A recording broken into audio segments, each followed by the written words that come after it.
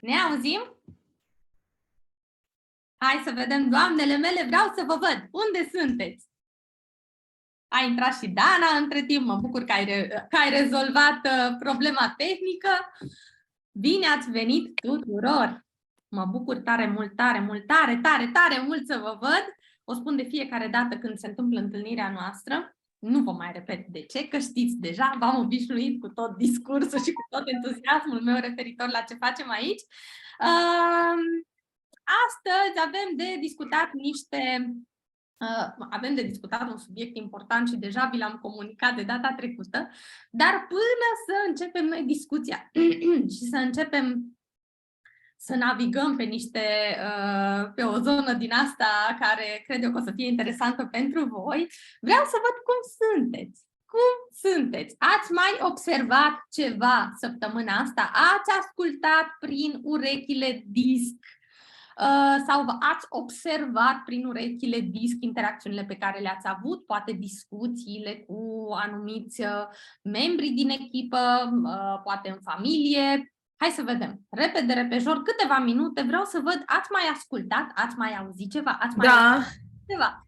Eu am o parteneră în echipă și am observat că ea e S și am zis că nu-i mai zic de creștere rapidă, de rachetă, de hai fuga că eu îți dă.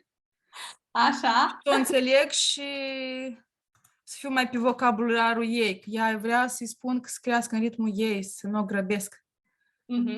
Ok, ai auzit-o pe ea spunând asta în ritmul? Da, în ritmul ei. Ea face încet, dar sigur. Ok. Și am văzut că dacă o stresez și o presez și vreau rapid ca și mine, nu merge. Am înțeles. Mai rău fac. Ok, deci activezi acolo și astăzi chiar o să vorbim despre asta, activezi niște frici și într-adevăr, mai rău faci. Așa că mai bine în ritmul ei și pe limba ei. Bun, mă bucur tare mult că ai reușit să observi asta și având în vedere că tu ești un D, da? Și interacțiunea cu S poate fi un pic greoaie pentru tine, vreau să te întreb ce ai schimbat tu. Acum, dincolo de faptul că nu-i mai spui repede, așa cum mai faci tu în stilul tău de D. Să o accept, să nu o mai judec. Că o cam judecam în sinea mea. Cum e așa, dacă ea își spune într-una, pentru că ea își spunea într-una că eu nu pot așa. Și eu ziceam, nu-ți mai spune așa, repete-ți că tu poți. Însă la ea treptat o să vină chestia asta. Trebuie să accept că o să fie doar că să nu-i fac atâtea observații, că întindeam să nu-ți mai spune așa, nu te critica, iubești pe mai mult, însă i-am zis să lucrez la setare mentală și să am răbdare cu ea. Ok. Dar cred că ori C, ori S, de fapt. Că ai spus că mai mult cu calcule, logic, da? Da, C-ul are mai mult nevoia să înțeleagă procesul, cum o să iasă de la A la Z, vrea să înțeleagă tot. Dacă tu acum vii și spui, fii atentă, Ana, trebuie să pui mâna pe telefon și să vinzi astăzi un Kim 9. Și ea o să zică, ok, dar cum fac? Tu va trebui să explici toți pașii, va trebui să-i spui, păi fii atentă, faci așa, dacă e C. Te duci într-o încăpere, te duci cu telefonul, îți iei o hârtie, îți iei ceva de scris. Tot ceea ce pentru tine e logic, pentru un C nu-i logic. Trebuie să-i spui de la A la Z. Nu te apuci să-i spui alfabetul de la F la Z. Te duci cu telefonul, da, e om nou. Iei telefonul, iei o foaie de hârtie, un pix, te duci și îți alegi pe cine suni. Și nu mai stai să te gândești. Apeși, suni, saluți. Și uite, te prezinți, spui asta, îi dai așa o formă scurtă. Da? Mergem pe principiu că e om nou, nu știe cum să facă și atunci, ca tu să îl împingi un pic să intre în terenul ăsta, îi dai toți pașii. Și el când a înțeles cum, are așa măcar o hartă după care să se orienteze, se liniștește. Sigur că pe parcurs e important să evaluați împreună, e important să-i spui, uite, observ la tine că din tiparul tău de personalitate observ că ai nevoie să înțelegi cum, știu că așa ai funcționat până acum, vreau să respect asta, dar vin cu propunerea doar să o lași un pic mai moale ca să putem începe să construim, mai lasă să curgă că nu o să ți se întâmple nimic. Ești într-un mediu sigur, uite, există un sistem după care lucrăm, nu o să ți se întâmple nimic, business-ul o să crească. Deci, practic, îi tot reamintești ceea ce are nevoie să audă. Dacă e C. Dacă e S, și cum ai zis că zice? Că eu nu pot așa ceva sau cum ai zis? Da, eu încet, dar sigur. Eu sunt mai lentă, cu pași mai lenți. Îi zic, hai, fă partajare de ecran. Dar eu nu știu asta, eu cu tehnica sunt zero. Și repetă de multe ori că eu în asta sunt zero. Da, e lipsa de încredere în sine, adică pe S îl sperie necunoscutul. Eu nu știu asta, eu cu tehnica sunt zero, n-ar pune mâna pe nimic ca nu cumva să se întâmple ceva. Și atunci unui om de genul ăsta vii și îi spui, perfect, e foarte bine că nu știi nimic, că asta înseamnă că acum o să începi să înveți ceva nou. Hai să începem de acolo de unde ești, cum o să-ți iasă, nu contează, facem asta împreună, te însoțesc, îți explic dacă te împotmolești, o să iasă bine. Și data viitoare o să fii și mai încrezătoare. S-ul are nevoie doar să-l tot reasiguri că e ok dacă greșește, e ok dacă nu știe, mai mult decât atâta e o veste bună că nu știe, asta înseamnă că se dezvoltă, că învață lucruri noi. Are cumva nevoie să-i dai o altă perspectivă prin care el să își reamintească constant că e în regulă să nu știi, e în regulă să începi ceva nou, ești în siguranță, ești capabilă să faci, sunt aici lângă tine, împreună o să descoperim și așa mai departe. Ok? Da, el mai mult răspunde la întrebarea cum, da? Da. S-ul, da, C-ul întreabă cum din perspectiva procesului, adică care-s pașii, da, cum îți spuneam, iei hârtia, iei foaia, iei telefonul, suni, un exemplu acum banal. S-ul întreabă cum din perspectiva oare cum voi reuși, oare cum va fi pentru mine, oare... Deci are întrebări din astea un cum mai existențial, nu neapărat pe pașii tehnici, ci pe cum lui e referitor la... Tot și yes, da, că se victimizează. Exact. Mersi. Cu mare drag. Bun. Hai să mergem mai departe. Altcineva, ați mai observat ceva? Haideți că nu ne-am auzit de o săptămână. Vreau să spun eu, Denisa, bună tuturor. Acum ascultam pe Violeta și chiar și eu am observat acum de câteva zile mai bine că, într-adevăr, și eu am un ex în echipă care nu are încredere în el și cum să fac eu asta și dacă nu va ieși și cum. Dar am și un dăuleț care mă tot întreabă ce trebuie să fac. Deci e o diferență enormă între ele. Da, și chiar mă bucur foarte mult că am reușit să înțeleg ce am în echipă. Și mai mult decât atât m-am descoperit foarte bine și pe mine, da? Deci eu sunt un amalgam de D, de I, de C. Nu sunteți, clar, eu nu întreb niciodată cum și să stau acolo și să n-am încredere în mine. Am ceva și din est, dar mai puțin. Așa că, da, chiar am descoperit lucrurile astea și mai mult decât atât descoper și la viitorii clienți sau parteneri. Da? Chiar ai văzut cum ți-am trimis și ție, că nu știam unde să trimit. E clar că acea persoană, din punctul meu de vedere, e un D. Ce trebuie și ce și cum și rapid, așa am considerat-o eu. Deci, da, e foarte ok să știi deja cu cine lucrezi. Este ideal, aș zice. Da. Simona vorbește aici de o înregistrare pe care mi-a trimis-o prin mesaj privat și despre care noi o să vorbim, dar nu astăzi, că astăzi avem de discutat altceva. Doamnele mele, nu știu dacă voi conștientizați, dar noi suntem în procesul ăsta de câteva săptămâni și teoretic astăzi e ultima parte de predare pe material, pentru că nouă ne-au mai rămas niște sesiuni, urmează să ne auzim mâine dimineață, să nu uitați, să nu mă lăsați aici singură, da? Ne vedem mâine dimineață la ora 10, mai avem o sesiune mâine și mai avem încă una vineri și sunt sesiuni în care aș vrea un pic să discutăm o parte din asta mai practică. O să vă pun câteva înregistrări, vreau să văd dacă aveți întrebări. Asta o să facem mâine și vineri, dar astăzi, teoretic, noi terminăm odată cu teoria asta, terminăm cu toată partea asta de noțiuni care definesc stilurile. Sigur că despre disc noi am putea să continuăm luni întregi. E un univers întreg aici când vine vorba de oameni și comportamentele lor, dar pentru ceea ce eu am considerat că e suficient pentru voi și ceea ce o să vă ajute să identificați și să vorbiți pe nevoia omului, eu zic că astăzi ajungem să finalizăm cu partea asta de teorie. Așa că liniștiți-vă, nu o să mai fie, nu o să mai turnăm informație de mâine încolo, doar o să facem, o să aducem un pic mai multă claritate. Na, bun! Da, scuză-mă că vreau să-ți spun ceva. Oricâtă informație ne turui tu acolo și ne torni, să știi că este foarte importantă pentru noi și orice sesiune chiar e extraordinară și ne duce la niște conștientizări mari de tot. Așa că mulțumim din suflet, Denisa. Eu mă bucur tare mult că vă este de folos și mă bucur că suntem împreună și avem conștientizarea asta referitor la cât de important este să ne cunoaștem pe noi propriul comportament și cel al oamenilor din business-ul nostru și din familia noastră. Bun, haideți să mergem atunci mai departe, dar stați așa că am auzit doar 2 oameni. Altcineva a mai conștientizat ceva săptămâna asta.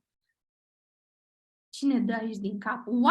Oana Petruța! Oana, ce zici acolo? Dai din cap? Da, ce ai conștientizat? Ce ai observat? Am o prospectă care, știi, tot trăgea așa de timp și toate cele.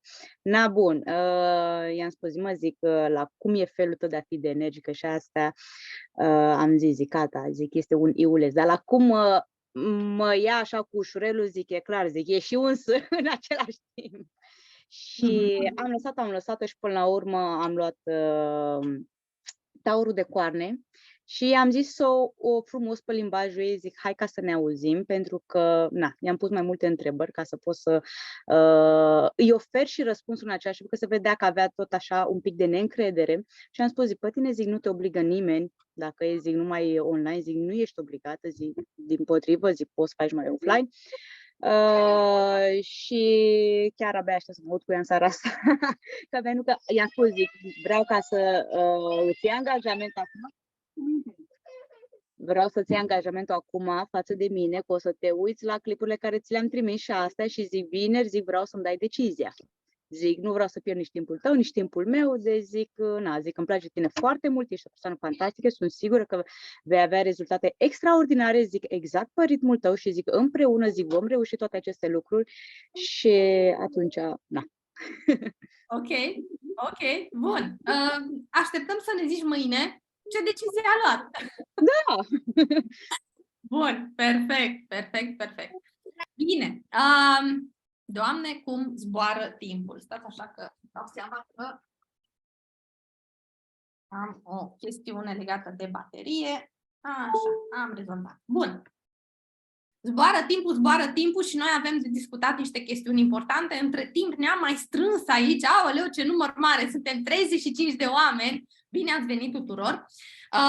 Haideți atunci să intrăm în subiectul de astăzi, data viitoare. Data trecută v-am povestit că astăzi o să începem să discutăm puțin despre frici.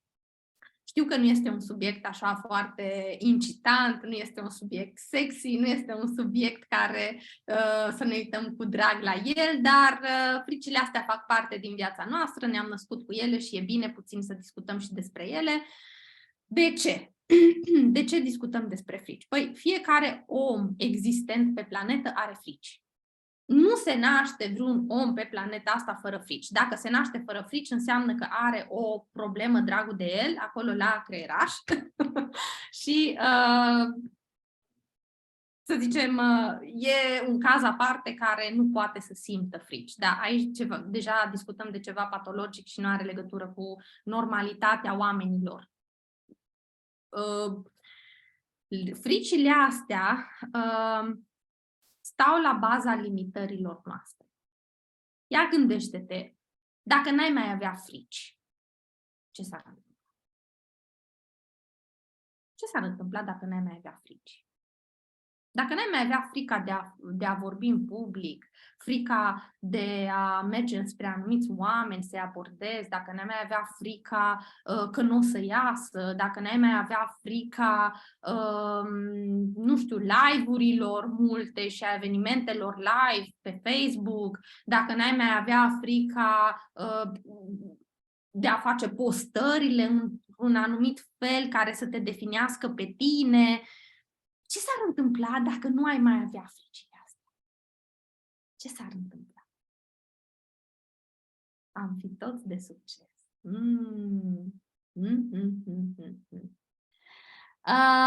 Dacă nu am mai avea frici, am face. Și am face mult. Și când faci mult, obții mult. Când faci mult, obții mult. De ce mai discutăm astăzi despre frici? Dacă le descoperim și dacă învățăm să lucrăm cu ele, e clar că devenim liberi. Pentru că nemai împuternicind o frică, mergi înainte. Da? Cum am zis, n-am frică, n-am limită, fac. Fac orice, fac ceea ce trebuie. Dacă n-aș mai avea frica asta de a vorbi, frica de a mă expune, frica de succes, frica... Orice frici aveți voi în business, dacă nu le-ați mai avea, ați face ceea ce trebuie și ați deveni liberi. Bun. Hai să ne gândim un pic. Ce determină fricile astea? Ce determină fricile? De unde vin ele? Niște microfoane. Mulțumesc frumos. Deci, fricile pot fi, sunt două căi prin care fricile astea se formează. În primul rând, cred că ar fi cazul să vorbim despre nivelul scăzut de conștientizare. Voi ați observat că oamenii care nu se dezvoltă, oamenii care nu lucrează la ei, nu-și dezvoltă gândirea, da? Nu caută mai mult, oamenii ăștia parcă au tot mai multe și mai multe și mai multe frici? Ați observat asta? Și parcă văd pericole peste tot și sunt tot mai precauți, tot mai temători, tot mai retrași, tot mai rezervați. Și cu cât trece timpul, cu cât ei trec prin viață nedezvoltându-se, nelucrând la mintea lor, neșlefuindu-se, nepunându-și niște semne de întrebare, da, pentru ei de ce nu se poate, cu cât trece mai mult timp, cu atât sunt mai temători. Cu cât ajung o anumită vârstă, cu atât simt mai multă nesiguranță, mai multe frici. Bun, deci am zis așa, fricile pot fi determinate de un nivel scăzut de conștientizare și pot fi determinate de trăsăturile de personalitate. Asta ce înseamnă? Asta înseamnă că există anumite caracteristici care sunt mai preponderente, să zicem anumite frici, da? Sunt mai preponderente în cazul unei persoane pentru că are o anumită personalitate, are un anumit tipar comportamental. Da, bun. Deci am găsit aici două căi. Gândiți-vă în felul următor. Dacă eu lucrez la nivelul meu de conștientizare, deja am eliminat o paletă de frici. Corect? Încep să-mi dau seama că sunt capabilă, că pot să-mi dezvolt un business, că pot să generez bani, nu mai am frica că n-aș fi capabilă, frica că nu o să am bani să plătesc ceva, frica de a face live-uri, frica de a mă expune, frica de a conduce oameni, nu mai am fricile astea. Astea sunt niște frici care vin care odată ce îmi crește nivelul de conștientizare, eu cumva se risipesc așa. Îmi crește nivelul de conștientizare, încep să înțeleg că ar trebui să fac lucrurile astea, încep să înțeleg cum mă ajută dacă trec peste ele și încep să fac niște acțiuni și dintr-o dată, crescându-mi nivelul de conștientizare și făcând acțiuni diferite, eu nu mai am fricile alea. Scap de ele. Se dizolvă, cumva uit de ele. Da? Dacă am frica de a face live-uri și trec peste frica asta și încep și fac live-uri și vorbesc, prima dată o fac cu multă frică, a doua oară o fac cu aceeași frică, a treia oară încă mai simt frică, a patra oară iar e un pic de nesiguranță, dar oricum nu mai e ca prima oară. Și deja după ce fac asta de 10 ori, de 15, de 20 de ori, fără să mă gândesc cum am eliminat frica, m-am obișnuit cu activitatea asta și nu mai am frica. Nu mai am acea frică. Mi-a crescut nivelul de conștientizare, am practicat în direcția asta și dintr-o dată frica s-a dizolvat. Bun, acum ce facem cu fricile care vin din trăsăturile de personalitate? Na bun. Dacă pe măsură ce ne dezvoltăm, mai dizolvăm din frici și mai învățăm să lucrăm cu ele și nu le mai simțim așa dominante, hai să vedem cum lucrăm cu fricile alea mai personalizate. Da, acum, ce înseamnă să mergem înspre fricile care provin din personalitatea noastră? Oare ce înseamnă? Păi, în primul rând, înseamnă să știu ce tipar comportamental am. Dacă vreau să merg înspre fricile care provin din personalitatea mea, fricile la care sunt mai predispusă, atunci primul lucru pe care trebuie să-l fac este să știu, să-mi dau seama cum sunt construită, cum sunt legați neuronii, ce tipar comportamental am. Al doilea lucru, trebuie să știu ce frici caracterizează tiparul comportamental pe care l-am. În primul rând știu ce tipar am, în al doilea rând știu ce frici caracterizează și sunt general întâlnite la tipul ăsta de comportament, tipul ăsta de personalitate și pe urmă să înțeleg care se manifestă predominant la mine și să încep să observ. Asta înseamnă să merg înspre fricile alea mai personalizate. Înseamnă să știu ce tipar comportamental am, înseamnă să știu care sunt fricile general întâlnite la acel tipar comportamental și să știu la mine care apare, ce predomină, ce văd, ce observ la mine. Acum, de ce aș depune efortul de a-mi descoperi fricile? Oare de ce? E un efort, nu-i așa? E un efort, e greu, e o șlefuire acolo, trebuie să intri unde te doare. Da, acum, de ce ai depune efortul ăsta? Păi, sunt două motive. În primul rând, există un motiv personal, care ține de propria persoană și unul dintre renumiții oameni importanți în psihologie, Carl Jung, spunea în urmă cu mulți ani că până nu faci inconștientul conștient, inconștientul ăsta îți va defini viața și tu îl vei denumi destin. Deci până nu devii conștientă de ceea ce nu știi, de ceea ce este inconștient pentru tine, o să spui destinul, soarta, asta mi-a fost dat. Câți oameni nu zic treaba asta? Asta mi-a fost dat, atâta s-a putut. Astea au fost posibilitățile în cazul meu. Mor când aud asta cu posibilitățile. Până nu faci inconștientul conștient, până nu îți dai seama ce frici ai acolo în tine, fricile astea îți vor defini viața, îți vor defini business-ul și tu o să zici, așa a mers la mine. Da? Destinul, soarta. Al doilea motiv, pe lângă cel personal, este motivul social. Deci, într-o casă, membrii familiei pot avea frici diferite. Într-o echipă, membrii echipei pot avea frici diferite. Da, gândiți-vă, vă dau un exemplu. Tu aduci un om nou în business-ul tău și ție teamă de lipsă de rezultat. Hai să zicem că tu ai un D pe acolo. Și tu vrei rezultate. Tu vrei rezultate, tu ai un D în tiparul tău comportamental. Aduci un om nou în business-ul tău care are teama nereușitei. Are teama asta că el n-ar fi capabil, că el nu poate. Ce scrie pe el? Pe fruntea lui. Tu D, el S.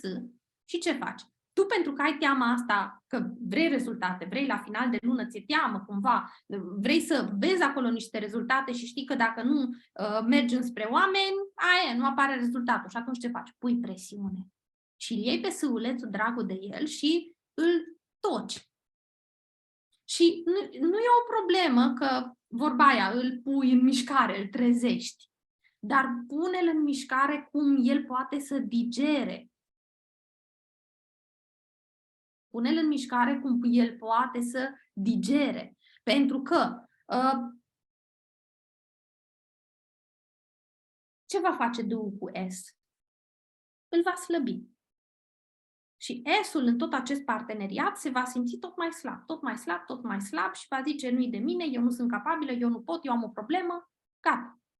Nu mai știi de el, nu mai știi de unde să-l iei, te blochează, nu mai răspunde la telefon, a ieșit din business, atât a fost. Pentru că el nu poate să facă față presiunii. Da? Acesta era un exemplu referitor la cel de-al doilea motiv pentru care ar trebui să depunem efortul de a merge înspre frici. 1. Motiv personal, 2. Motiv social. Și aici la motiv social intră și familia, intră soțul, intră copiii, intră părinții, intră toți partenerii de business, intră tot mediul social din care tu faci parte. Cu cât te cunoști pe tine și știi ce te activează, ce te deranjează și cu cât poți să-i citești și pe ei, cu atât o să ai mai multă armonie în jurul tău. Da, bun, am făcut așa un pic de introducere referitoare la frici. Hai să și intrăm în ele, să discutăm despre ele și începem cu cel care a fost întotdeauna cap de listă în întâlnirile noastre, D-ulețul. Așa că, ce își dorește D? Hai să vedem. Ce își dorește D? Ia scrieți-mi aici în chat. Ce își dorește D? Ce e cel mai important pentru el? Rezultate. Perfect. Rezultate. Și își dorește rezultate cum? Într-un timp scurt. Rezultate într-un timp scurt. Asta își dorește D. Na bun. Și atunci, el dorindu-și rezultate într-un timp scurt, va tinde să plece așa, ca o locomotivă, ca un tren. El a decis, e determinat, e cel mai determinat dintre toți. A decis, vrea să facă, prinde viteză. Și viteza asta e un punct forte, nu-i așa? Este. Fetelor, este viteza un punct forte? Este. Dar orice punct forte folosit în exces sau folosit în mod inconștient devine o slăbiciune. Devine o slăbiciune. Și atunci, hai să vedem un pic. Dacă el intră și activează punctul ăsta forte al vitezei, al determinării, cum am zis despre D, are un drive interior puternic, da? Vrea să facă, e cel mai determinat dintre toți, e cel care ia decizia, e decisiv, el face, da? El e omul acțiunii.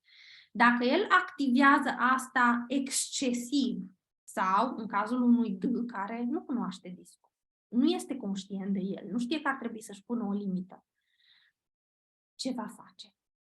Cum va părea el în ochii celorlalți? Va putea un S să-i facă față? Nu prea. Și atunci el, când se activează prea tare, el de fapt își activează niște puncte oarbe. El nu vede că ceilalți nu se pot ține după el. El nu-și dă seama că poate că este lipsit de tact, de diplomație, poate că are o discuție cu cineva și el discută strict pe rezultat. Și din punctul lui de vedere e ca între oameni, e ok, dar e atât de direct încât pentru ceilalți din harta disc pare tăios, pare agresiv. Și el nu-și dă seama de treaba asta, are un punct orb. Da, acum, ce înseamnă punctul ăsta orb? Punctul ăsta orb, adică când faci ceva și nu-ți dai seama că ai o problemă, îl numesc punct orb. Da? Îl numim punct orb. De fapt, ce facem? Protejăm niște frici. Exagerăm când vrem să protejăm niște frici. Din frică că nu o să iasă, că nu obțin, din frică că aș putea pierde, exagerez și dau în partea cealaltă a fricilor. Și atunci, frica D-ului este următoarea. Frica lui primordială este să nu se profite de el. În sensul în care, dacă el face parte dintr-o echipă cu tine, el vrea rezultatul, e determinat, vrea să facă lucruri și tu cumva îl încurci și cumva îl ții pe loc, el va crede că tu cumva îl iei în râs, îl iei în derâdere, cumva e o bătaie de joc pentru el, cumva crede că, măi, eu am niște rezultate, am o viziune, vreau niște rezultate, m-am dus înspre omul ăsta, îmi doresc asta și el ce face? Mă ia de prost, îmi pierde timpul, profită de timpul meu, mă încetinește, mă încurcă. Asta este frica lui. Imaginați-vă că abordați un D și îi spuneți că trebuie să vândă produse. În discuția de abordare, unde nu vorbești despre discuția unde nu intri într-o zonă care lui nu prea i s-ar potrivi. Ce aude el? Că tot drive-ul pe care îl are, voi îl sfătuiți să îl folosească pentru a vinde pastă de dinți. Lui îi trebuie obiective, lui îi trebuie provocări, lui trebuie să vii să-i spui, fii atent, intri într-un business unde va trebui să conduci oameni, știu că ți se potrivește, se simte că ai energia, va trebui să conduci oameni. Există instrumente prin care o să dezvolți business-ul ăsta, sigur că discutăm aici de niște produse, dar ceea ce tu trebuie să știi și ceea ce cred că ți s-ar potrivi ție cel mai bine e faptul că tu aici vei conduce oameni. Ai abilitățile, ai niște caracteristici. Discut cu oameni în fiecare zi și pot să-mi dau seama deja că ești un om determinat, că iei decizii, că îți asumi. Asta înseamnă că locul tău e cel de conducere în care să duci alți oameni după tine și cu ei să obțineți rezultate. Și duci direcția discuției, deci duci discuția de abordare în zona asta de leadership. Da? Leadership-ul e punctul lui forte. El o să se simtă valorizat. Dacă începi să-i spui că trebuie să vândă gel și trebuie să vândă pastă de dinți și el nu se simte valorificat acolo. Și va zice că tu vrei să profiți de timpul lui și că el nu are timp și imediat te trimite la plimbare. Dacă este un D care a contribuit mult în echipă, vrea să audă treaba asta, chiar dacă el nu îți arată că este emoțional, chiar dacă el îți arată că pentru el nu prea contează chestiile astea de emoție, de recunoaștere, este și el om și vrea, dacă ți-a adus un rezultat, dacă a construit ceva în echipă, dacă a contribuit cu ceva, vrea și el să audă că îi ești recunoscător, că a făcut un lucru important, că datorită lui s-au întâmplat niște lucruri și el e om.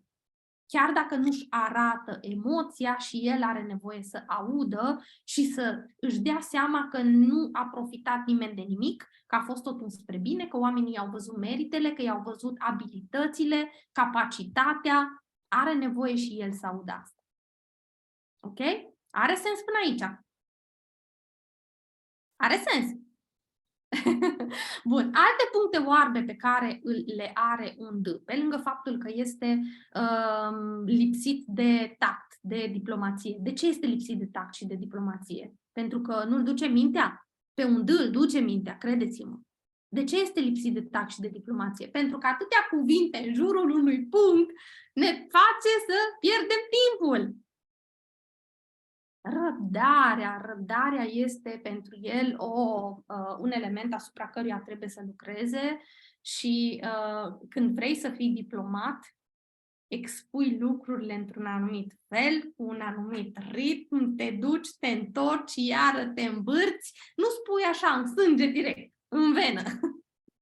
Și pentru un D treaba asta așa îl provoacă maxim, pentru că el spune avem 24 de ore, hai să facem ceva. Dar ceea ce el trebuie să-și reamintească și ce am mai vorbit în întâlnirile trecute, că există și alți oameni pe lângă el care au neuronii conectați altfel și au nevoie să li se vorbească pe limba lor. Și atunci nu este doar despre mine ca individ, este despre noi toți. Cum facem să ne înțelegem? Și atunci D-ul conștient, D-ul care a trecut printr-o formare de genul acesta, e clar că va scoate răbdare, va scoate un pic de diplomație, un pic de tact. Nu cum ar face un S, să ne înțelegem, nu cum ar face un I, care e maestrul diplomației. Nu așa, dar va evolua, va face ceva în direcția asta și nu va mai fi simțit atât de la sânge, atât de tăios, atât de. Chiar astăzi am primit un răspuns al unei evaluări, vorbesc aici de un lider dintr-o companie din Cluj și m-am uitat, eram curioasă să-i văd raportul și văd acolo D curat. D curat, D, nimic altceva. Zic, mamă, ce interesant o să fie discuția pe tiparului comportamental. Va trebui să o pregătesc foarte bine, va trebui să-i vorbesc pe limba lui, astfel încât să înțeleagă că nu este el doar buricul pământului și centrul universului și că mai există și alți oameni în companie pe lângă el și cumva va fi o discuție super, super interesantă cu el. Bun. Ce alte puncte oarbe mai are un D? Și astea se pot observa foarte bine la un D nedezvoltat, un D care poate că nu cunoaște discul, nu cunoaște tipurile de personalitate. Ei cumva au chestia asta neșlefuită și o vezi cu ochiul liber. Un D, repet, un D care se dezvoltă nu va fi atât de pe față lipsit de diplomație. El cumva va ști să mai coloreze lucrurile, să le împacheteze. O va face cu efort, va presupune un efort din partea lui, dar el va ști și dacă înțelege ce rezultat îi dă treaba asta, va fi dispus să o facă. Na bun, ce alt punct mai are? Scapă din vedere detaliile și tot așa este frică să nu piardă timp. Scapă din vedere detaliile, de exemplu când trebuie să ia decizii, vă amintiți, ziceam așa, în partea de sus sunt cei impulsivi și D-ul este cap de listă. El e așa de impulsiv atunci când trebuie să ia o decizie, o ia dinainte să fie conștient de decizie. Dar câteodată, în unele decizii, mai trebuie să iei în calcul și anumite detalii și asta câteodată nu le ajută, faptul că se pripește. Repet, D-urile care nu sunt dezvoltate, veți vedea că se aruncă, ia gura pe dinainte, spun, sparg capete și după aia își dă seama. Un D care se dezvoltă, un pic va apleca ochiul la detalii, va sta un pic, încă o secundă, două, până să scoată pe gură, până să ia o decizie, până să facă un următor pas. Bun, ziceam de faptul că el poate prinde o viteză care e imposibilă pentru ceilalți. Stați așa că tot facem referire la... Ne vedem. Astăzi toți sunt colorați la fel, întâmplător sunt albaștri toți, e ok. Deci... Gândiți-vă ce se întâmplă cu un D foarte, foarte, foarte determinat. El își dorește niște lucruri, el vrea să obțină niște rezultate. Aici este zona impulsivă. El e cap de listă la nivel de impulsivitate și de rapiditate cu care se mișcă. Păi ăștia care sunt pasivi obosesc doar când se uită, doar când îl ascultă. Ce să mai și facă un pas? Pentru că au nevoie prima dată să stea, să-și tragă aerul și pe urmă să înceapă. Și de ce este important să înțelegem aspectul ăsta? Dacă D înțelege asta, știe că nu au o problemă ceilalți, ci trebuie doar el să accepte că unii au un alt ritm. Nu neapărat trebuie el să încetinească, dar trebuie să fie atent cum transmite asta pe mai departe. Pentru că el va zice, eu sunt normal, așa trebuie să se miște lucrurile, repede, ne dorim niște rezultate, trebuie să se întâmple și e ok pentru el. Dacă în treaba asta de rezultate vizează și alți oameni, e ok să arate un pic de înțelegere. E un pic să fie e ok și este indicat să fie puțin mai empatic, să înțeleagă că ăștia au alt ritm, că natura i-a construit un pic altfel. Ei gândesc lucrurile, trec printr-un proces. Nu pot să se arunce așa ca el. Nu, e ca și cum ei cere unei broaște să zboare. N-are aripi. Ea zboară în ritmul ei, face un salt, stă un pic în aer, se o mai ridinește, iar mai face un salt. E construită diferit. E construită diferit. Bun. Un alt lucru important despre D, și asta cumva am văzut-o și acasă, un D, cumva, când vrea să obțină ceva și se scufundă în sarcini, este în sarcini. Când D lucrează, nu-l scoți de acolo. Și vedeți voi, pentru familie este puțin ciudat, mai ales dacă în familie mai e câte un S, mai e câte un I, care, vorba aia, vor să vină să te împungă doar ca să... Ce faci, cum ești? Mi-e dor de tine, nu te-am văzut de mult și D-ul se ridică dintr-o dată și ziceam treaba, am niște rezultate, uite, trebuie să fac asta, hai că n-am timp. D-ul face asta nu pentru că de multe ori e atât de tare intră în sarcini, tocmai pentru că vrea să demonstreze celor din jur, familiei, cât de mult face pentru ei. Prin faptul că el obține, bifează rezultate, obiective, el nu se gândește doar la el, se gândește și la cei dragi. Ei, dar cei dragi n-au nevoie din partea D-ului să vadă doar rezultate bifate și obiective. Au nevoie și de el ca om, au nevoie de el altfel. Asta a fost, uite, ăsta a fost un lucru pe care și noi acasă a trebuit să lucrăm. Dintre mine și Mihai, el e cel care are un D ridicat. Și eu am un D, dar la mine e componența altfel, că la mine e format din ăștia 3. Mă rog, e un tipar special. Și eu am D. Dar la el e D-ul mult mai pur și mult mai din definiția ca la carte decât la mine. Că eu sunt influențată de ceilalți. Și a trebuit să lucrăm pe asta și el să înțeleagă că e ok să bifezi și e ok să faci, dar am nevoie de tine și altfel. Și este important pentru oameni să înțeleagă asta. Cunosc foarte multe D-uri care ei consideră că trebuie să lucreze mult, trebuie să bifeze obiective, că ce dovadă mai bună pentru familie decât că le aduc aia, le dau aia, am realizat aia. Nu e așa. Și atunci, dacă ești unul dintre ăștia 3 și ai un D în familie, dacă vrei să-l faci să o lase mai moale, spune-i felul următor. Faci foarte multe. Nu știu cum reziști. Cred că ai o capacitate foarte mare de a obține și de a face lucruri. Și chiar așa și este. Vreau să știi că văd asta. Văd asta și te apreciez pentru asta. E unul dintre motivele pentru care, nu știu, lucrurile merg bine la noi. Dar am nevoie de tine un pic și altfel. Un D care înțelege lucrurile va accepta ceea ce îi spui.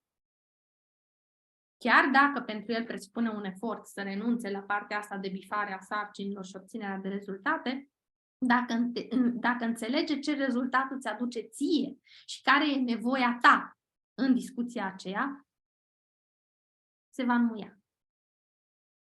Are sens. Bun. Acum, haideți să mergem un pic mai departe. E clar pentru toată lumea care e esența când vine vorba de fricile unui D? E clar? S-a clarificat ce vrea D-ul? El vrea să fie omul care obține rezultate. El nu vrea sub nicio formă să fie luat de prost, nu vrea sub nicio formă să se profite de el, el nu vrea să fie văzut un om care nu poate, el vrea să demonstreze că poate, el vrea ca ceilalți să-și dea seama că el are direcția, că el știe ce trebuie făcut, că el poate să ia deciziile și pentru el este foarte importantă treaba asta. Bun. Hai să mergem atunci mai departe. Iul, dragul de el, iulețul, are și el frici, deși o să vedeți ce frumos le ascunde. Care e una dintre caracteristicile unui I? Cum poți să le recunoști foarte repede? Uită să tragă aer, atât de mult vorbește. Uită să tragă aer. Da, este distras, asta iese la iveală după aceea, dacă începi să vorbești cu el, uită să tragă aer, atât de mult ar vorbi, mai ales dacă este unul care nu-și dă seama că trebuie să pună și pauză și că trebuie să se mai oprească și că discută cu cineva și că nu e doar un monolog, e un dialog. Bun. De ce face asta? Și el protejează ceva. Și el protejează ceva. Cum am zis? Ce-și dorește Iul? Ce-și dorește? Își dorește să impresioneze. De asta vorbește mult. Își dorește să impresioneze. Își dorește să-l vezi.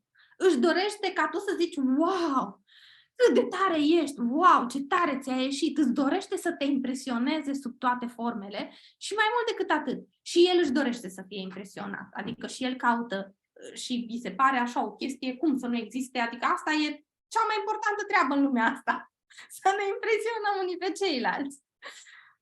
Și atunci,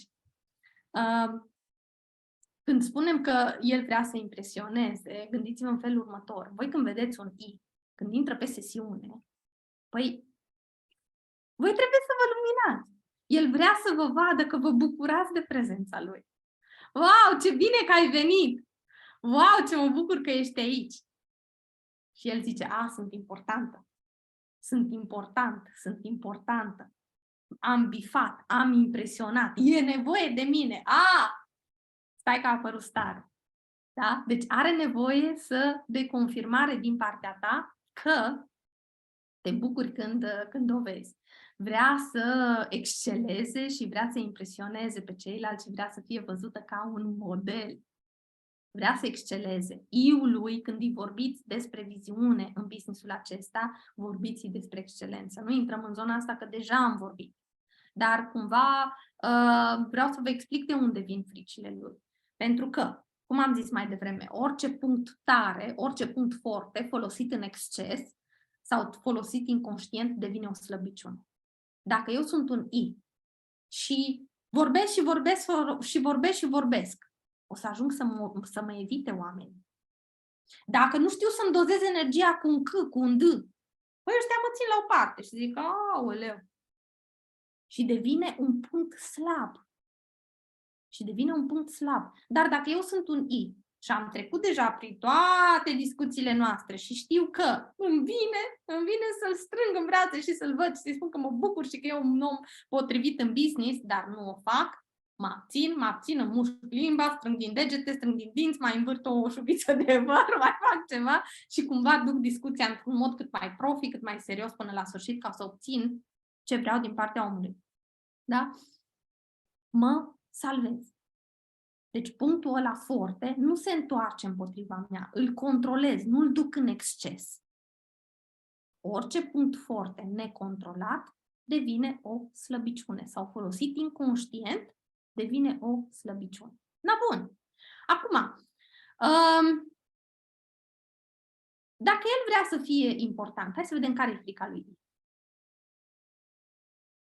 El vrea să-l vezi, vrea să fie important. Deci care e frica lui?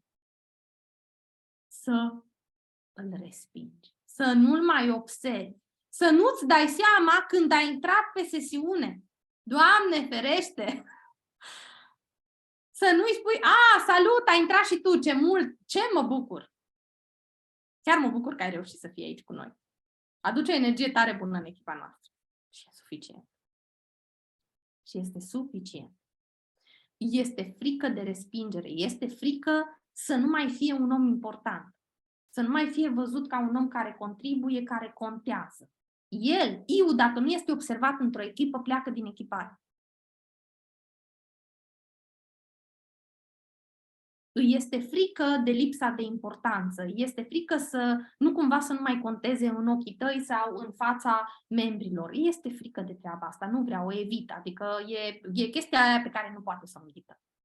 Poate să înghită că tu ești mai rece un pic, poate să înghită, nu știu, că trebuie să se organizeze, că trebuie să-și facă și el planificare. Bine, o facem și pe asta. Dar când nu-l mai observi, când nu mai strălucește el, când nu mai este văzut, când nu, chiar dacă nu face nici măcar activul, când nu îi mai vezi personalitatea și energia, când nu-l mai observi cu nimic și nu mai e, s-a dus. S-a tăiat, toată treaba s-a dus. Așa e I-ul. Așa este el. Îi trebuie să fie un model, îi trebuie să impresioneze și este frică că el ar putea să nu facă treaba asta și că ar putea să nu fie un model pentru ceilalți. Bun. Și atunci, ce face el ca să se protejeze de frica asta? Care sunt punctele alea oarbe? Cum am zis, avem niște puncte oarbe, da? Cei care suntem I, să zicem, avem niște puncte oarbe și nu ne dăm seama că sunt puncte oarbe și că de fapt nu ne ajută. Și atunci, ce face EU? Vorbește mult, se pierde în vorbe, câteodată își pierde și focusul, nu mai știe de unde a început, unde termină și te întreabă: și tu ce părere ai? Sau și tu ce mai zici? Și cumva te lasă acolo în mijlocul discursului că el s-a pierdut. Ai uitat și tu de unde a început, a uitat și el și, Doamne ajută, deja a trecut jumătate de oră. Și atunci, din cauza că vrea să se protejeze de treaba asta, vrea să se asigure că îl vezi. Este frică că tu nu-l vezi. Ca să se asigure că îl vezi, vorbește mult, vorbește mult, vorbește mult. Și de aia pe voi în discuțiile cu ei vă ajută. Cred că ai un punct de vedere foarte important. Și uite, îmi place faptul că gândești așa, să-i dai o confirmare, dar să ții discuția tu în mâini. Hai totuși să ne întoarcem la motivul pentru care ne-am întâlnit astăzi sau pentru care discutăm astăzi. Ok? El vorbește mult și nu-și dă seama cum o face, mai ales dacă nu e să zicem, care își cunoaște tipul de personalitate și punctele oarbe, nu-și dă seama că face asta. Și atunci rolul tău este să ții în frâie discuția și să zici: măi, uite, chiar cred că este un punct de vedere despre care ar trebui să discutăm într-o viitoare discuție, dar uite, astăzi, acum, chiar este important să, uite, discutăm despre asta, că asta ne-am propus și uite, zic că e momentul acum să începem ca să și scoatem un rezultat de aici, că uite cum o să ne ajute. Și spui cum îl ajută pe el, cum îl scoate pe el în evidență. Ok? Bun. Ce mai face I-ul pentru a se proteja? Devine aerian. Devine distras. Devine distras, da. Îi este frică să nu fie important și atunci lucrurile care strălucesc îl atrag. Tot ceea ce este important îl atrage. Adică ceea ce strălucește, el se duce. Acum scrie un e-mail, îi vine, sau hai să zicem, face o postare și vede acolo notificarea că i-a venit un e-mail sau o notificare de la YouTube cu nu știu ce material pe cine vrea el să asculte, a lăsat postarea deoparte, ascultă materialul și o face tot pentru că are setea asta de a fugi după lucrurile care sunt importante pentru a-și da lui importanță. Dacă eu, și acum vă explic, dacă eu cred despre mine că sunt importantă, că ceea ce fac e important, dacă eu am claritate cu privire la cine sunt și cum mă ajută acțiunile pe care le fac, cum mă duc ele în direcția a ceea ce eu obțin, o să mă calmez când vine vorba de exterior. Are sens. Dar dacă eu am setea asta de a mă simți importantă, de a ști că ce fac, fiecare pas contează, dacă eu nu sunt în energia asta a importanței, tot din exterior o să fie important.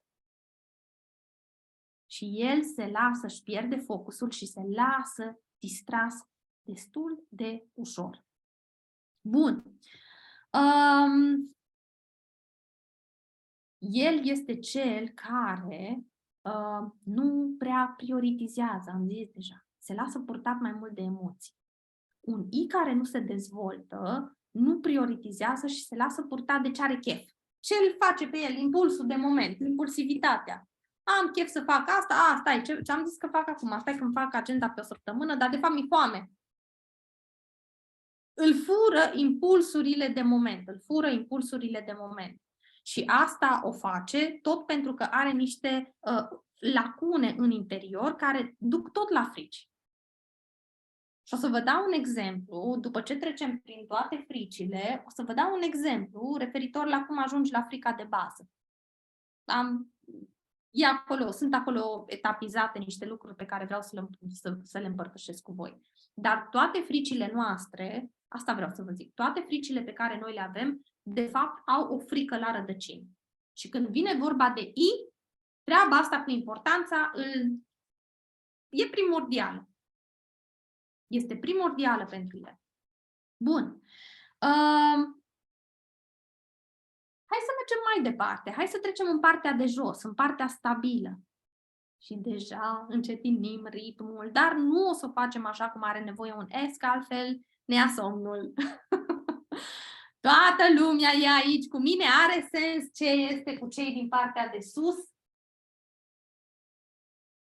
Gândiți-vă cum crește nivelul de impulsivitate. Pe ei definește impulsivitatea. În momentul în care se activează fricile, devin și mai impulsivi.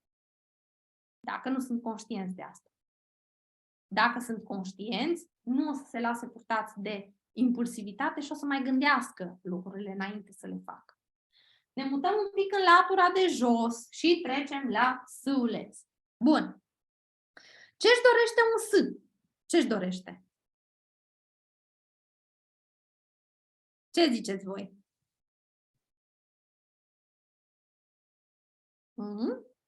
Stabilitate, armonie, împreună, își dorește împreună. Ok, ce altceva își mai dorește? Siguranță, da. Bun. Nevoia lui și dorința lui cea mai mare în tot ce face este ca tot ce face să îi ofere siguranță, să-i ofere certitudine, încredere. Nu știu, încredere în business, încredere în propria persoană, încredere. Aici este lacuna lui și atunci tot ce face este pentru a își oferi certitudine și încredere. Și atunci, cumva, hai să ne gândim cam care ar putea fi fricile lui. Dacă tot ce face este pentru a-și oferi certitudine și încredere și siguranță, care ar putea fi frica principală? Pierderea siguranței. Pierderea siguranței. Frica principală. Frica principală. Și pierderea acceptării celorlalți. Dacă un S vrea să facă ceva și nu iese și el acasă se simte apreciat de cele mai multe ori și recunoscut și văzut și important, el va avea frica că dacă dă greș cu acel ceva, acasă nu va mai primi acea acceptare, acea apreciere. Și pentru el este importantă acceptarea mediului familiar. S-ului nu-i pasă ce zic nu știu, vecinii din cealaltă stradă. Lui îi pasă de mediul familiar. Ce zice echipa în care lucrează, ce zice familia, lui îi pasă de cei cu care are contact des. Îi pasă de părerea lor. Are nevoie de acceptarea lor, de aprobarea lor. S-ul tânjește după aprobare. Bun, și atunci, ce face el ca să aibă siguranța asta și aprobarea? Ce face? Cum am zis? Pentru că tânjește și este frică că nu le va avea, că nu va mai avea aprobare de acasă, că nu va mai avea aprobare la locul de muncă, nu va mai fi acceptat ca persoană, ce face? El e cel care uită de sine cel mai des și îi servește pe ceilalți și uită să-și amintească că mai există și el în ecuație. Și atunci, ar face doar acțiuni care să servească celorlalți, să-i ajute pe ceilalți, să ajute echipa, să ajute familia și când vine vorba de el, lasă că ne mai gândim mâine. Tinde să facă asta tocmai pentru că el are frica asta interioară, lasă să fie ceilalți bine și dacă ei sunt bine, sunt și eu bine. Dacă ei sunt bine, mă vor accepta și dacă mă vor accepta, eu sunt bine. El așa gândește. În substrat, el așa gândește. Bun. Ce mai face? Aoleu, când e un conflict, ce face? Mai vorbește Su? Nu vorbește. Se închide în sine. Se închide în sine, tot așa, pentru că este teamă de conflict. Nu-i place energia asta a conflictului sub nicio formă, dacă sunt discuții. Deci gândiți-vă în felul următor. D-ul e atât de natural cu discuțiile, cu conflictele, cu problemele. Ce? Problemă? Care e problema? Vede soluția, a rezolvat-o, nu-l sperie cu nimic, nu are nicio tresare, nu-l doare nimic, nu ies fire albe. Aici, în schimb, când vine vorba de conflicte și discuții în jurul unor subiecte cu care, nu știu, poate că nu ne putem înțelege sau decizii care trebuie luate, Doamne, o grămadă de fire albe ies aici și o grămadă de stări și de emoții, pentru că el este emotiv și nu-i place energia asta joasă. Lui îi place să fie așa, cam pe acolo, de la neutru în sus. Asta vrea el. Asta vrea el și atunci ce va face? Se va închide în sine și nu va spune nimic când l-ai deranjat. Dacă te-ai pus în drumul lui, nu contează că el trebuie să ocolească după masă, să se ducă, uite așa, prin tot living-ul și să ajungă din nou în bucătărie. o va face. Numai de dragul de a nu zice, du-te mai încolo că mă deranjezi, nu stai în cale, hai 10 centimetri mai încolo. Preferă să facă turul casei și să se ducă sus și să coboare înapoi decât să îți spună că l-ai deranjat și că cumva îi stai în cale. Fă și tu mai încolo ca să pot să fac și eu aici. Preferă să facă așa decât să comunice un mesaj care este într-un ton așa, care ar putea genera vreun conflict sau vreun deranj pentru celălalt. Doamne ferește să deranjeze el. Bun. Tocmai pentru că iubește. Da, iubește prin toți porii sentimentul de așa, de armonie și de familiar. El iubește familiarul. Ce face? Acceptă chestia asta de status quo. O iubește. Și cumva pentru el schimbările, el tot zice că și le dorește, dar opune o rezistență când vine vorba de schimbări și noi știm că dezvoltarea înseamnă schimbare. Și el zice, dar cumva așa de greu îi este să o implementeze. Și pentru că este așa de greu, ce se întâmplă? Se întâmplă lent. Se întâmplă lent, pentru că lui îi este greu. El nu o face atât de natural cum o fac ăștia de sus. Ăștia rapid s-au mobilizat. Ei rapid implementează, fac, n-au nicio trăire, nu înțeleg ce trăire are cel de jos. Ei, dar el care iubește starea asta de cunoscut, metodă pe care o știu, oameni pe care îi cunosc, chestia asta de familiar, de cunoscut, el greu renunță la ea. Greu renunță la ea. Ăsta e motivul pentru care eu v-am spus, dacă învățați să vorbiți pe limba unui S, îl aduceți în business, îl ajutați să își pornească business-ul, el nu mai pleacă de acolo. Niciodată nu o să vă treziți că un S, după ce l-ați adus, i-ați dat timp, i-ați dat ajutor, i-ați băgat chestia asta de împreună, niciodată nu o să plece în alt business. La alt lider, la altcineva, nu. El odată ce și-a găsit casa, odată ce și-a găsit cuibul, acolo e. Este cel mai fidel dintre toți și rămâne acolo până când... Amin! El acolo este. Bun. Ce puncte oarbe mai are el?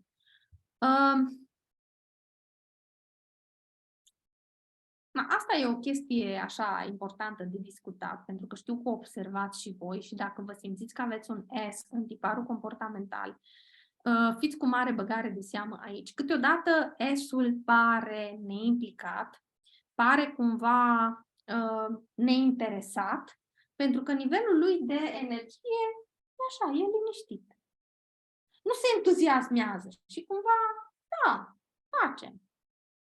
Dar și cumva cei din exterior, mai ales cei de aici de sus, care ar face rapid, îl văd pe el, da, facem, îl văd cumva neimplicat, îl văd neinteresat. Dar el nu e că e neimplicat, neinteresat. El e în energia lui liniștită. El e la fel de implicat ca și tine, poate, doar că nu comunică la fel. S-urile care nu se dezvoltă sunt oamenii cei mai apatici. Ați cunoscut oameni apatici în viața voastră? De aia care parcă le e greu și să respire. Parcă totul e greu în viața asta, parcă n-au chef de nimic, așa o apatie, nu știu, parcă le vine să se dizolve cumva.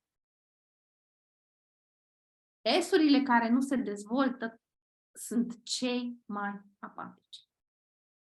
Cei care nu se dezvoltă și au S-ul ăsta în tiparul lor comportamental riscă de foarte multe ori să fie apatici, de-aia intervin la ei stările alea mai depresive și tot felul de scenarii în care el nu poate, el e victima, la el merge așa, da? O luăm în direcția aia.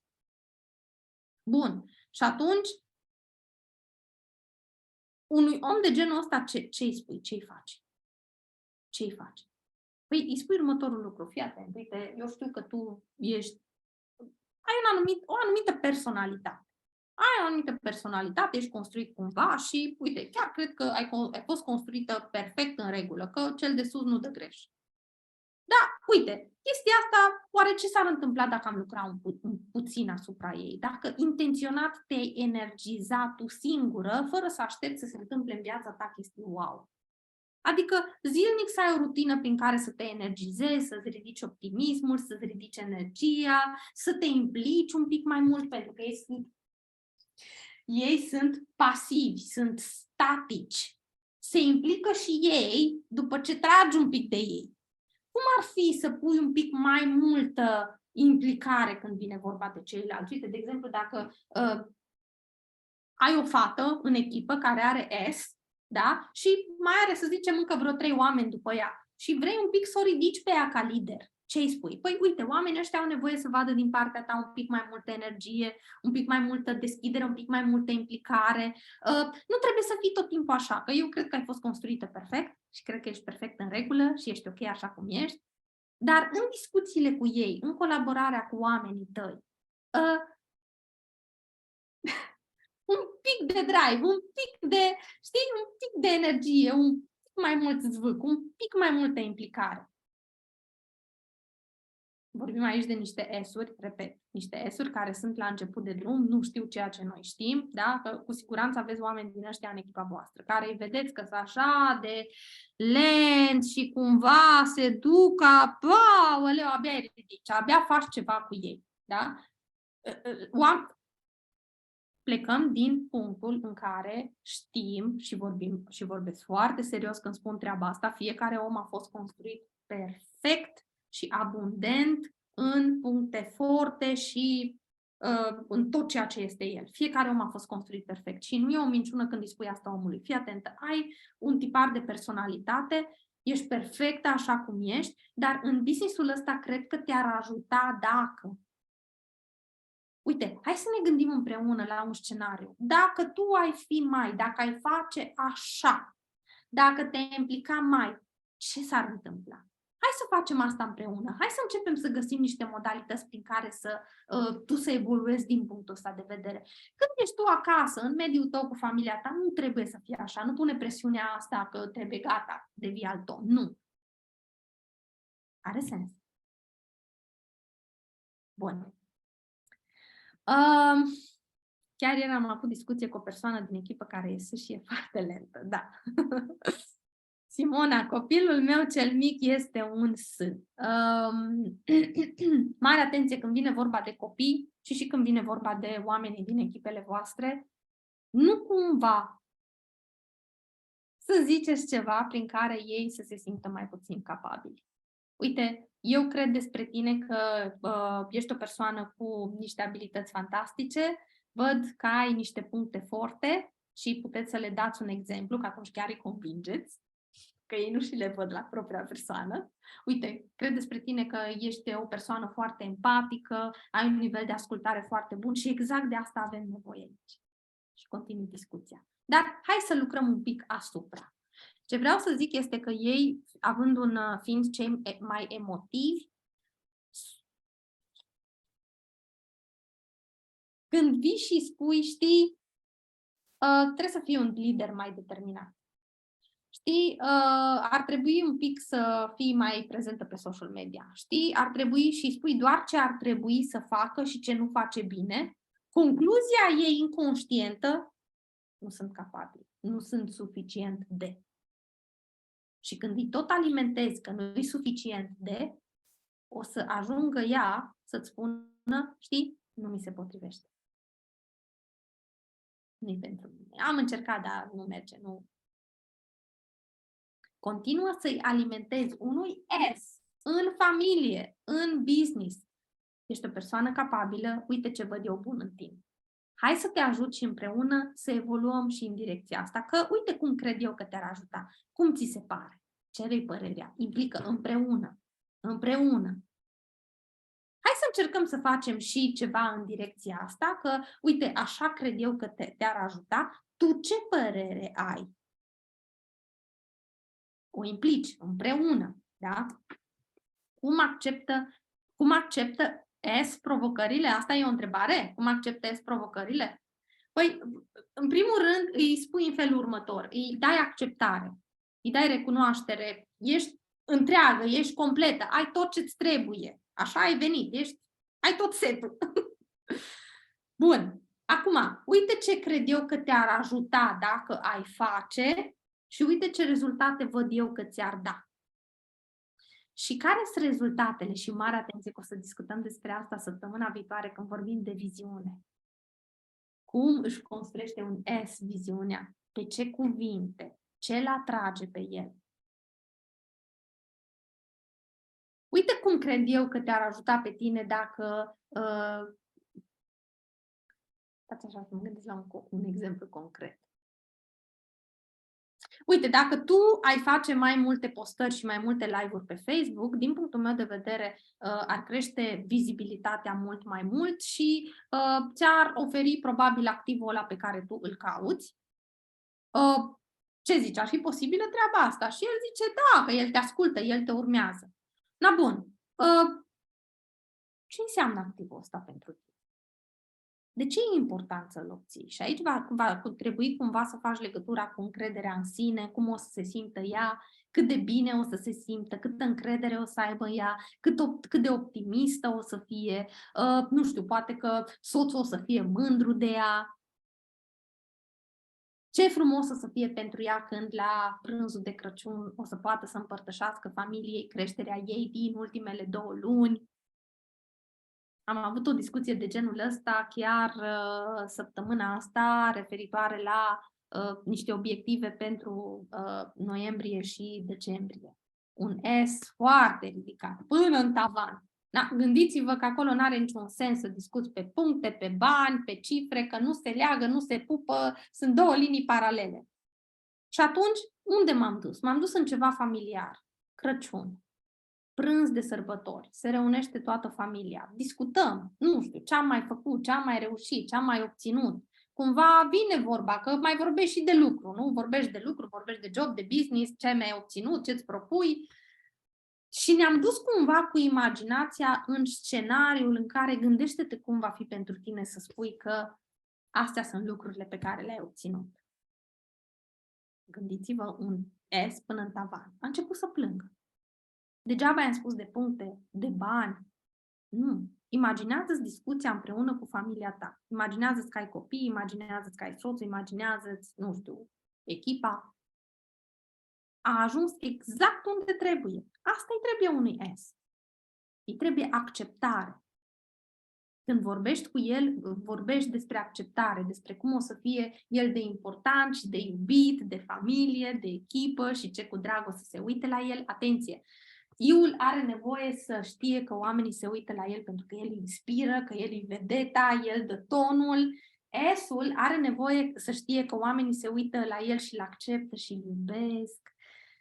E chestia aia de confort, de familie. Ăsta trebuie să strălucească. El trebuie să știe că el inspiră, că îi vede dacă toată lumea îl urmează, dar la el e chestia aia de acceptare.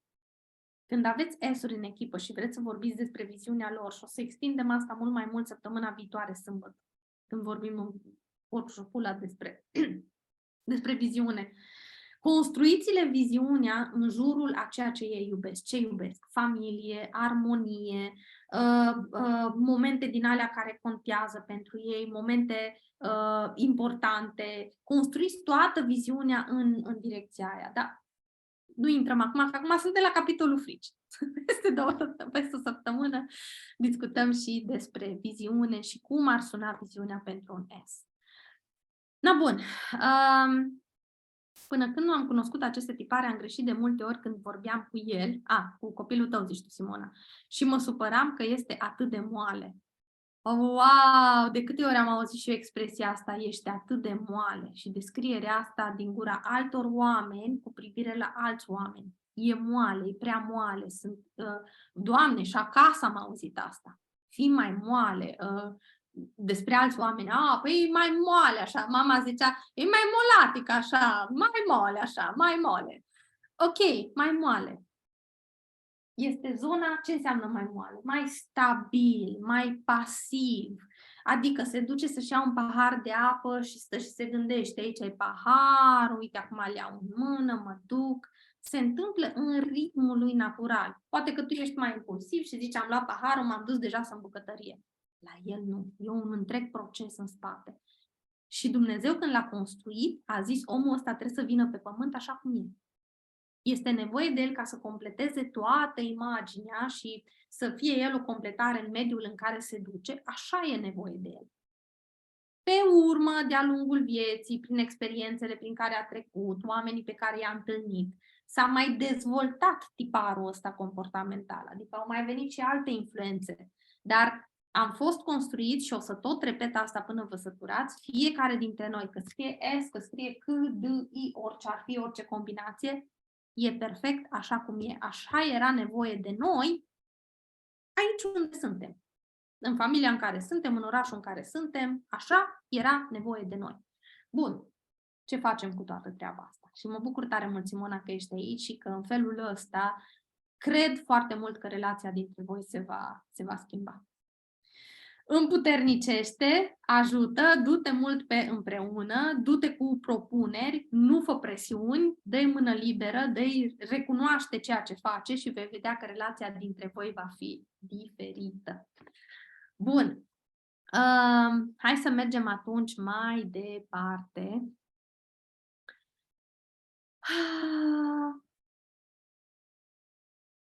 Ca la mama de geniu.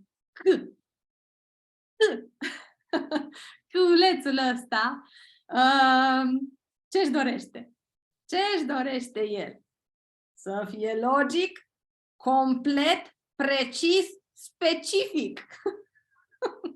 Deci, are nevoie asta de perfecțiune. El își dorește perfecțiune. El își dorește să fie logic, să înțeleagă, nu-i dai pe jumătăți de măsură. El vrea ca totul în viața lui, el vrea să fie perfect, business-ul să fie perfect, acasă să fie perfect, are chestia asta, să fie totul complet, să se lege, să fie logic, să bată agenda cu ceea ce trebuie să facă. Are el chestia asta de exactitate, este precis, este foarte precis. Da, bun.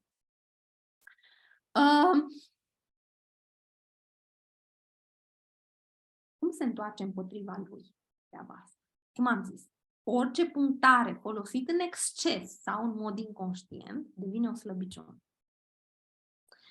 Păi, el când tot pune paie pe foc acolo, să fie perfect, să fie logic, să fie la virgulă, să iasă agenda planificată pe oră, pe, cum zice el, o face pentru că nu vrea să greșească, vrea să fie corect.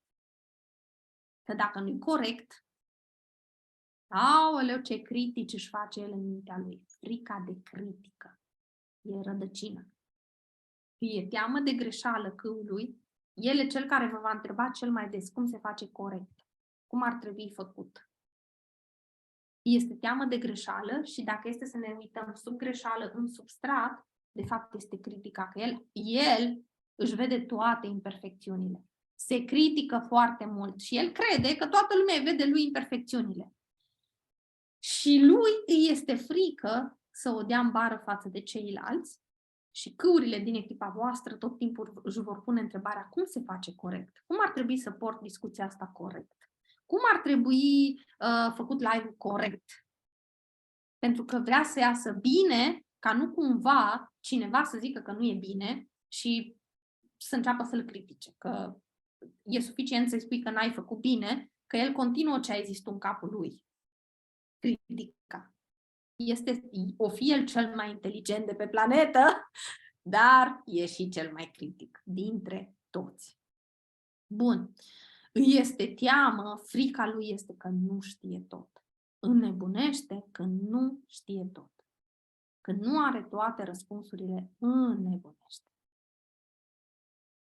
Nu, n-ai cu cine discuta. Îi trebuie toate răspunsurile și nu se liniștește până nu le are.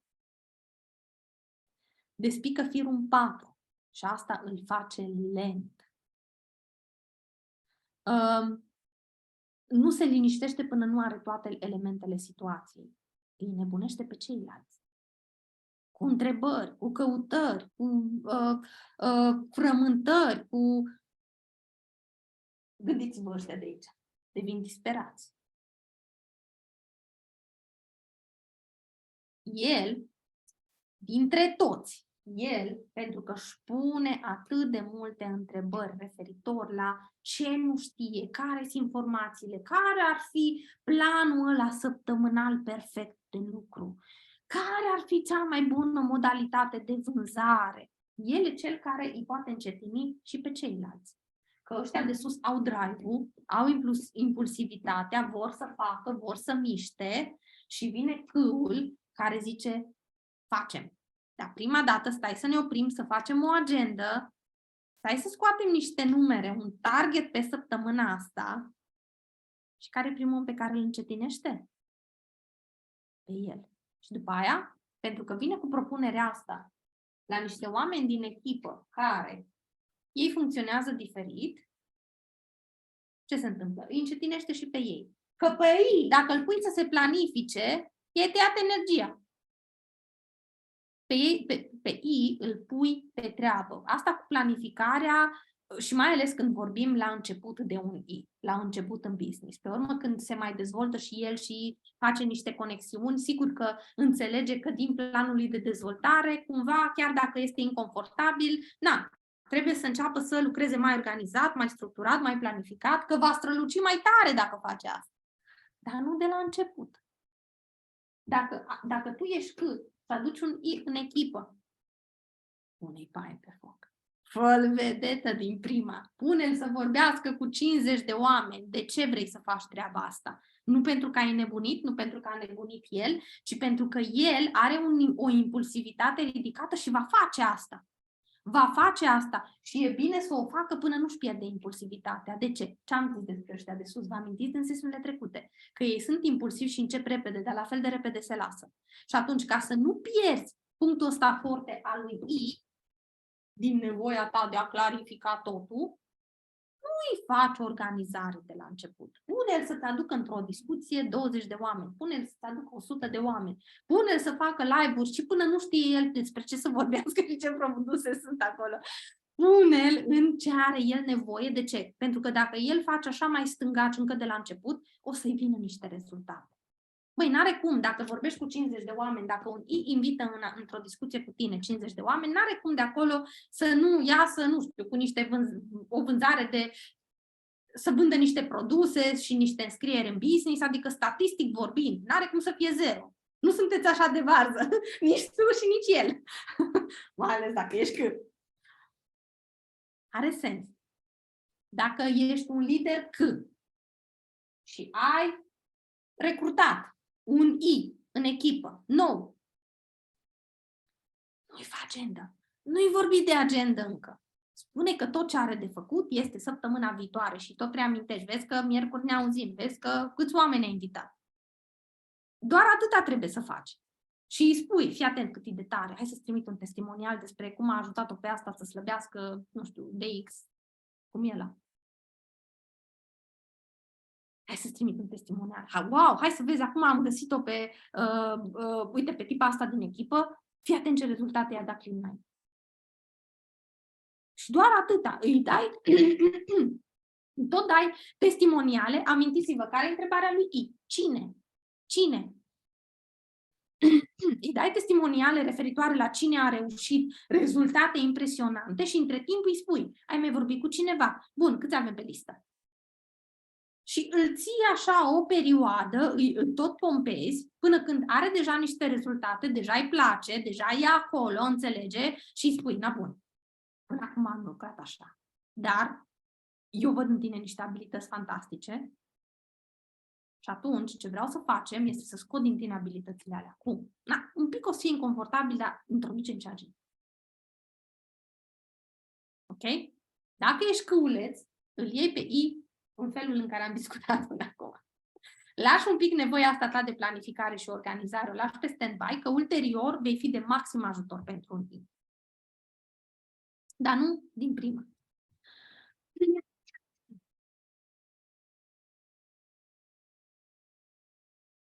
Bun. Este greu de mulțumit. De ce? Trebuie să fie perfect. Dacă cumva ai făcut o acțiune și o să vedeți că câurile văd imperfecțiunea, au ochi pentru așa ceva. Este greu să-l mulțumești pe câ și asta pentru că e teama aia lui, băi, nu-i perfect, încă nu avem tot tablou, încă nu e perfect, încă nu e cum ar trebui. Nu vine să aprecieze efortul pentru ceea ce s-a întâmplat până acum. Nu știu, hai să zicem că ești un câ ridicat și ai în echipă un om nou, indiferent ce tipar comportamental are, și nu și-a făcut activul luna asta. El a început, da? Nu și-a făcut activul. Și mai trece o lună, și mai trec 2, și mai trec 3, nu și-a făcut activul. Păi, dar omul ăla, între timp, așa cum e el, a început să facă niște postări, a început să-și cumpere lui personal produse, le testează, vorba aia încet că avem timp, le testează, le mai întoarce pe toate părțile, se mai gândește el cum ar putea să facă, da? Și nu-ți vine cu activul făcut, și nu-ți vine cu rezultat. Câul trebuie să aprecieze, chiar dacă nu are rezultatul pe care el se așteaptă să îl aducă omul nou, trebuie să vadă cum a crescut. Păi a început să facă postări, a început să-și cumpere produse, n-a dispărut din business. Uite, a început să evolueze cumva. Uite, a vorbit cu 2 oameni în 6 luni de zile. Trebuie să aprecieze pașii făcuți. Nu rezultatul e totul. Amintiți-vă că câul este în partea asta de rezultate. Nu rezultatul e totul. E și latura cealaltă de dezvoltare a unor abilități. Ok? Bun. Ce alte puncte oarbe mai are câul? Iară cu partea de emoții. Îi este greu pentru că nu înțelege de ce, nu e logic pentru el, nu înțelege de ce ar trebui să-și arate emoțiile.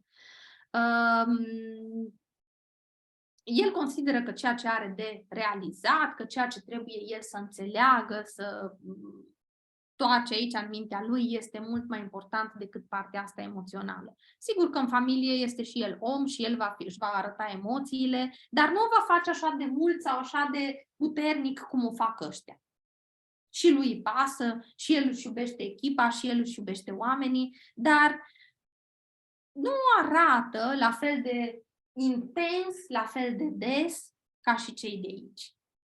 Pentru că el este preocupat de altceva. Mai ales la început, dacă ai în echipă un câ, nu te gândi să scoți de la el zâmbete și glume, el se protejează. El e chestia aia să fie perfect în fața ta, să știe totul, să aibă controlul, nu își va permite să facă glume cu tine, nu până când ați construit deja o relație de ceva timp. Bun. Am trecut prin toate fricile și mai avem încă o parte foarte importantă de discutat. Are sens până aici? E clar? S-a clarificat pentru voi? E clar pentru toată lumea? Cât suntem pe sesiune? Nu mi-apare. De ce nu mi-apare? 35. Bun, e clar pentru toată lumea. Atunci, hai să vedem un alt aspect important cu fricile astea. Am zis așa, dacă eu pot să îmi identific rădăcina fricii, ce pot să fac? Pot să o combat. Pot să o combat. Pot să fac ceva cu ea. Dacă eu, și cum vă ziceam la început, îmi știu tiparul comportamental, îmi dau seama cam ce de pe aici. Știu care sunt fricile care, în general, definesc acel tipar comportamental și îmi dau seama care sunt fricile care apar la mine predominant. Acum, când am tot tabloul ăsta clar, ce pot să fac? Pot să lucrez asupra lui. Ia gândiți-vă în felul următor. Dacă eu Aurelia, eu Raluca, eu Otilia, eu Elena, Irina, da? Dacă eu mă trezesc că spun, mi-e teamă să-mi pun un obiectiv pe anul viitor, pentru că anul acesta a mers foarte rău. Sau, n-am îndeplinit ce mi-am propus. Ați auzit asta? Ați auzit. Mi-e teamă să-mi pun un obiectiv pentru, nu știu, următoarea jumătate de an, pentru anul viitor, pentru așa, că a mers rău până acum, n-am îndeplinit ceea ce mi-am propus. Cum să-mi pun un alt obiectiv? Mi-e teamă să fac treaba asta. Da, bun. Vin cu întrebarea atunci. Eu mă întreb pe mine. Și astea sunt întrebări pe care eu vă invit să le tot folosiți. De ce mi este teamă mai exact? Deci asta este o frază de paravan. Mi-e teamă să-mi pun un obiectiv pentru anul viitor, că anul ăsta n-a ieșit prea bine. N-am îndeplinit ce am vrut să fac. Ce sens mai are să-mi pun un obiectiv pentru anul viitor dacă anul ăsta a fost vară? Ăsta e de paravan. Și dacă te oprești aici în paravanul ăsta, n-ai cum să descoperi inconștientul ăla de care eu vă ziceam la început, despre care ne vorbea Carl Jung. Da? De ce mi-e teamă mai exact? De ce mi-e teamă mai exact când spun treaba asta? Păi mi-e teamă că nu o să-mi iasă, nu? Bun. Și dacă nu o să-mi iasă, ce nu aș vrea să se întâmple? Când nu o să-mi iasă, la final de an, când văd că n-a ieșit, ce aș vrea să nu se întâmple? De ce mi-e frică că o să se întâmple dacă nu ies? Îmi pun întrebările astea. Păi, și-am mai auzit răspunsuri de genul ăsta. Păi, o să fiu dezamăgită, o să-mi scadă încrederea în mine, o să pierd aprecierea soțului, că el e de treabă, tot îmi zice că eu pot, lasă că o să iasă bine și, dacă iar îmi pun un obiectiv și nu-mi iese, clar că o să zic că, da, mai dă încolo de treabă. Și ce mi-e frică că ar putea să se întâmple dacă nu iese obiectiv? Păi, îmi dezamăgesc copiii. Auziți, Esu? Îmi dezamăgesc copiii. Îmi pierd poziția, îmi pierd leadership-ul. Vin și le spun oamenilor că iau obiectivul ăsta pentru anul viitor. Eu nu mi-am atins nici obiectivul pe anul trecut. Mă mai văd ca lider. Auziți dâul? Auziți dâul? Păi, dacă nu o să-mi iasă, ce model mai sunt eu atunci pentru echipa mea? Cum o să mai pot impacta? Cum o să mai pot impacta? Auziți iul? Cum o să mai pot impacta? Păi, dacă nu o să-mi iasă, nu o să știu cum să fac corect ca să iasă. Înseamnă că n-am descoperit cum trebuie făcut. Auziți panica câului? Cum trebuie făcut ca să iasă? Nu știu cum. Înseamnă că dacă nu o să-mi iasă, păi înseamnă că n-am descoperit cum trebuie făcut, nu știu. Mi-e teamă să-mi dau seama din nou că nu știu cum. Nu înțeleg cum să obțin rezultatul ăla corect. Să iasă. Și acum că îmi știu frica, vine întrebarea. Și asta doare. Ce fac cu frica asta? Ok, mi-e teamă că o să fie soțul dezamăgit, că o să fie copiii dezamăgiți. Ce fac cu frica asta? Mi-e teamă că nu o să mă mai vadă oamenii în poziția aia că aș fi în fruntea lor. Mi-e teamă să le comunic obiectivul. Mi-e teamă chiar și mie să-mi pun un obiectiv că dacă o dau în bară, ce fac? Ce fac cu frica asta? Că e clar că dacă frica asta mă ține pe loc, exact asta o să se întâmple, pierd poziția. Că e clar că dacă nu fac ceva ca să fie mândri copiii mei, soțul meu, familia de mine, exact acolo ajung, în a-i dezamăgi de tot. Adică nu e că pierd asta pentru că nu fac nimic. Când nu fac nimic, exact asta se întâmplă. Pierd susținerea, pierd acceptarea, pierd ceea ce îmi doresc eu să am. Are sens până aici.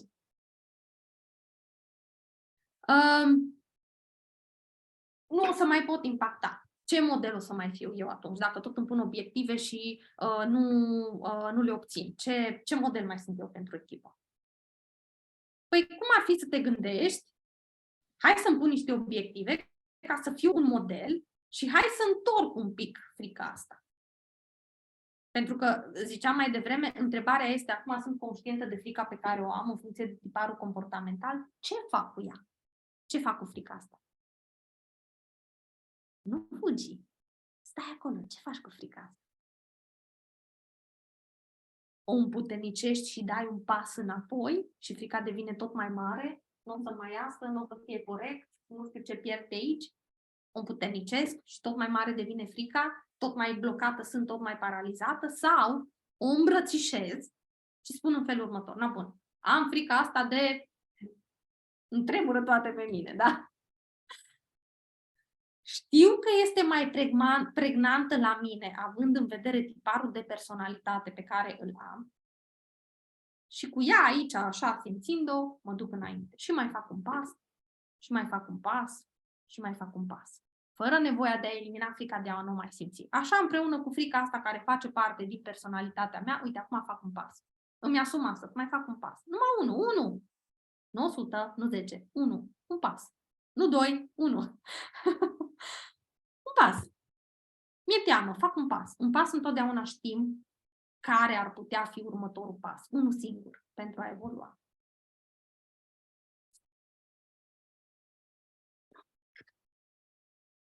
Când reușești să identifici care sunt fricile care stau la baza a ceea ce tu îți spui, poți să lucrezi cu ele. Și poți să le combați și poți să le pui un semn de întrebare și pe urmă poți să-ți asumi responsabilitatea în privința lor, ce fac cu ele. Ok. N-am încredere că mie o să-mi iasă, n-am încredere să fac live-uri, n-am încredere să mă duc să vorbesc cu cine, cu nu știu cine. Perfect. Tocmai pentru că n-am încredere, mă duc să o fac de data asta. Doar acum, doar odată, doar astăzi. Mă duc cumva cu ea, o accept că e acolo, că face parte, știu despre mine că poate că am un S ridicat, că mi-e teamă, că n-am încredere și ok, înțeleg că așa am fost creat, așa trebuie să fiu și cu toată conștientizarea asta mă pun în acțiune și fac ceva. Și mai fac un pas astăzi și mâine încă un pas și poi mâine încă un pas și evoluez. Nu este despre a elimina ceea ce este în noi, este despre a conștientiza, despre a accepta și a te duce așa cu toate trăirile alea pe care le ai, de a mai face un pas înainte.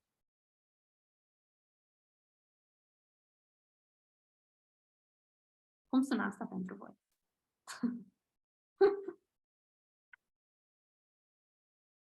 Este clar, doamnelor? Unde este că am pierdut aici zona de chat? Are sens pentru voi. Indiferent ce tipar comportamental scrie pe voi, indiferent care sunt fricile care se manifestă predominant în ceea ce vă privește. În cele din urmă este despre ce fac cu asta. Cât de des îmi spun asta, că n-am încredere, că nu e corect, că nu știu cum să fac, că oarecum ar fi bine. Cât de des mă împiedică treaba asta? Cât de des mă împiedică? Cu siguranță mă împiedică des. Cât de des mă împiedică faptul că oamenii s-ar putea să nu mă vadă, să nu fiu importantă pentru ei, cât de des îmi scade energia din cauza asta, cât de des. Cât de des. Bun. Doamnele mele, cam asta a fost discuția noastră pentru astăzi legată de frici. Sper că este un picuț mai clar tabloul pentru voi. Vă reamintesc că mâine dimineață continuăm maratonul de disc, dar mâine avem o altfel de sesiune. O să pregătesc pentru voi un material, un suport cu înregistrări pe care să le auzim. Vă rog tare, tare mult, dacă de-a lungul, nu știu, sesiunii de astăzi sau a întâlnirilor pe care le-am avut până acum, ați strâns niște întrebări, veniți cu ele.